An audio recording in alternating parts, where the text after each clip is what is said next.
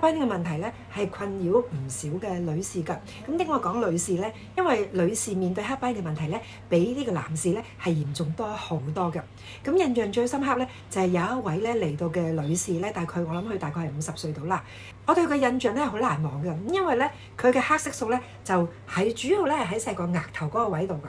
咁佢嚟到嘅時候咧，佢話佢嘅黑斑咧，佢話啱啱發生嘅時候咧，只係一點仔黑色喺個額頭嘅某一個位置嗰度，一點黑色，係魚黑色嘅，即係好似撞瘀咗，又或者係好似啲墨水咁樣嘅色。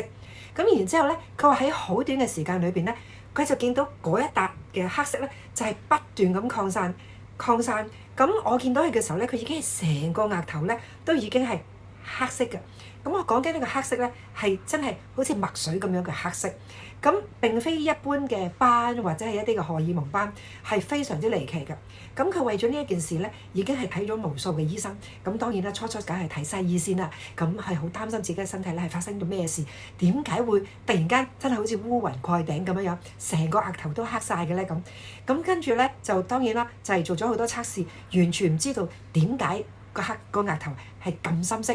咁亦都試過去打 laser 啦，又試過去中醫嗰度咧，就係做一啲嘅針灸啊、放血啊、嗰啲梅花針啊咁打落去。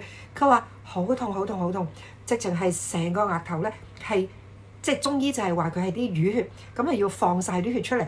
但係佢話放咗好多血出嚟，咁但係個額頭得個痛字，但係第二日咧個額頭又係咁樣深色黑色，咁佢已經係接近崩潰嘅情況。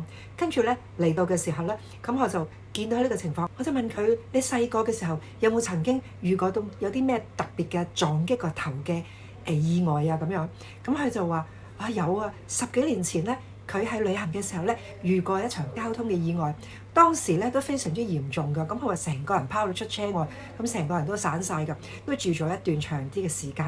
咁但係佢話照顧晒個腦部㗎喎，個腦部冇積血冇淤血喎。咁同埋佢係更年期之後咧，係突然間好短嘅時間裏邊咧，個額頭係突然間黑晒。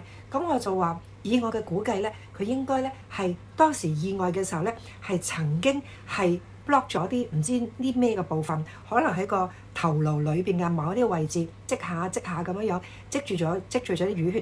咁呢啲淤血當然就唔影響佢一般嘅運作啦。咁如果唔係佢照 X 光或者可能要照 MRI， 我唔知啊，照啲乜嘢先至可以見到一啲咁嘅淤血部分。但係佢又唔係影響到個腦嘅 function 喎。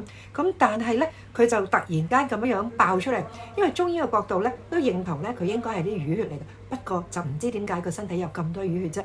點解我都會有呢個 conclusion 就係認為佢都係一啲嘅淤血咧？因為咧呢個係我嘅個人嘅經驗嚟㗎。下次再同大家分享點解淤血瘀傷對我哋嘅皮膚會造成咁大嘅問題咧。